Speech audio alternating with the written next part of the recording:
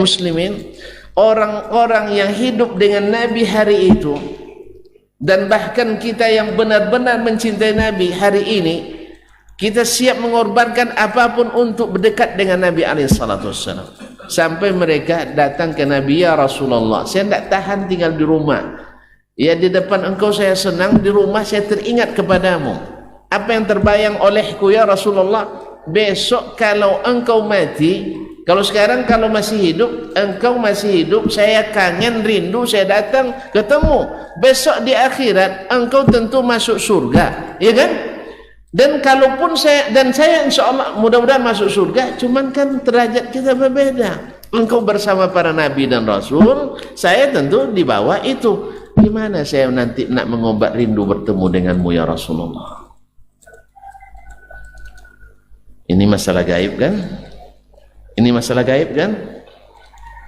Surga neraka masalah gaib tak? Masalah gaib. Nabi tak punya jawaban. Pasalnya apa? Belum turun wahyu yang menjelaskan. Kalau ada yang klaim sekarang misalnya ada masalah gaib dia tahu, ya, ada pernah seseorang mengakui dia tahu yang gaib, akhirnya dikritik oleh seorang Syekh Muhammad Nasruddin Al-Albani rahimahullah. Ketika bertemu nak berdebat, mengadakan perdebatan, Syekh katakan kepadanya, Pak, saya mau berdebat dengan Bapak dengan satu syarat. Dengan satu syarat. Terdiam Syekh diam dia. Yang mengklaim tahu yang gaib tadi bertanya, apa syaratnya? Tapi Bapak tahu yang gaib, kenapa nanya lagi? Iya kan? Kan dia klaim tahu apa yang ada dalam pikiran orang, tahu apa yang dalam hati orang, apa yang terjadi besok, bisa melihat Nabi dalam keadaan hidup seperti biasa. Ini kan gaib ini. Kan gaib itu. Jelas? Nah, akhirnya kata Syekh, saya mau berdebat dengan Bapak dengan satu syarat. Lalu Syekh diam, tidak sebutkan syaratnya. Bertanya dia, apa syarat katanya? Bapak kan tahu yang gaib, kenapa nanya saya lagi? Jelas? Nah, jadi kaum muslimin dan muslimat dirahmatillah, Nabi sendiri tidak tahu yang gaib kecuali diberitahu oleh Allah tabaraka wa ta'ala. Maka Nabi SAW terdiam. Lama dia diam sampai datang Jibril membawa wahyu. Lalu turun ayat Al-Quranul Karim yang memberi berita gembira bagi sahabat ini, dan mudah-mudahan juga bagi kita di sini. Wa may yuti'illaha war rasul fa ulaika ma'al ladzina an'ama Allahu 'alaihim minan nabiyyin was-siddiqin wasyuhada'i was-salihin wa hasuna ulaika rafiqa. Masya Allah. Ya, kerinduan sahabat tadi, kegalauan sahabat tadi berpisah dengan Nabi SAW membuahkan berita gembira bagi kita, yaitu mudah-mudahan doa kita setiap salat, ihdinas siratal mustaqim siratal ladzina an'amta 'alaihim. Ya Allah, tunjukkan kami jalan istiqamah, jalan orang yang telah Engkau beri nikmat kepada mereka. Siapa mereka? Berkat pertanyaan sahabat tadi datang jawabannya. Wa may yuti'illaha war rasul. Siapa yang taat kepada Allah dan Rasul? Siapa yang taat pada Allah dan Rasul, bukan yang lain. Taat pada Allah dan Rasul. Taat kepada yang lain mesti tunduk pada taat kepada Allah dan Rasul. Jelas? Taat pada orang tua mesti tunduk pada taat kepada Allah dan Rasul. Taat pada pemerintah tunduk pada Allah dan Rasul. Bahkan kita mengatakan dalam agama kita, taat pada orang tua bagian daripada taat kepada Allah dan Rasul. Taat pada pemerintah adalah bagian dari ketaatan kita kepada Allah dan Rasul. Siapa yang taat pada Allah dan Rasul, ya, mereka itulah nanti di akhirat bersama para nabi. Ulaika ma'al ladzina an'ama Allah, mereka lah yang mendapat nikmat dari Allah.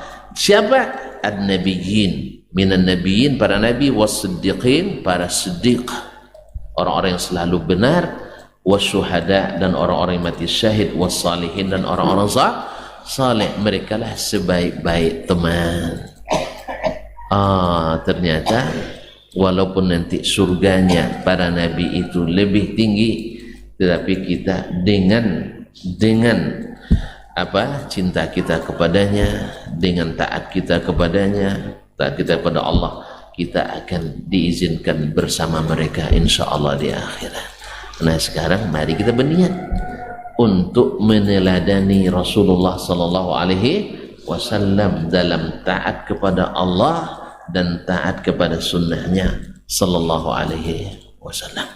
Kaum muslimin dan muslimat dirahmati Allah, dengan demikian akhirnya terjawab sudah tadi bahwasanya Nabi alaihi salatu wasallam lebih mendahulukan sahabatnya dari dirinya sendiri, sehingga sahabat pun lebih mendahulukan yang lain daripada diri sendiri. Inilah Al-Quran yang menjadi akhlak Nabi sallallahu alaihi wasallam, bukan justru saling menjatuhkan, bukan justru saling berlomba dengan cara yang tidak sehat, bahkan bukan dengan cara mendapatkan yang kita inginkan dengan menzalimi saudara kita. Kalau Allah memang berikan, takdirkan untuk kita, berjalanlah secara normal, secara natural, secara fair, secara jujur. Tidak ada sama bus kota tak boleh saling mendahului. Dan itu kaum muslim, itulah akhlak Nabi. Itu baru sedikit Pak, tadi kan saya bilang tadi, tidak habis-habis diciduk tuh, tidak habis-habis, jernih terus. Nah gimana kita sambung Imam? Yang sedikit dah cukup lah ya. Ya kesimpulannya, apapun yang datang dari Nabi, jangan cari lagi yang lain. Semuanya sudah tingkat utama, ya, paripurna. Tidak ada yang di atasnya lagi. Akhlaknya, ibadahnya, akidahnya, muamalahnya, insyaallah. Karena tadi sudah dikatakan, laqad kana lakum fi Rasulillah uswatun hasanah. Bagi siapa? Ingin jumpa dengan Allah dalam keadaan diridai, ingin di akhirat bahagia, ingin berzikir sebanyak-banyaknya kepada Allah, semua itu ada pada diri Nabi kita alaihi salatu wassalam. Oleh sebab itu usulan saya, harus ada kajian rutin di sini, tapi jangan saya tidak sempat lah. Ya, Ustaz kan banyak sini membaca tentang sirah Nabi sallallahu alaihi wasallam. Itu membaca tentang sunnah-sunnah Nabi sallallahu alaihi wasallam, membaca tentang akhlak Nabi sallallahu alaihi wasallam dengan tekad dan niat yang kuat. Apapun yang saya dengar sahih dari Nabi sallallahu alaihi wasallam, saya mesti nak teladani, mesti nak ikuti, karena disitulah uswatun hasanah yang disebutkan oleh Allah tabaraka wa taala.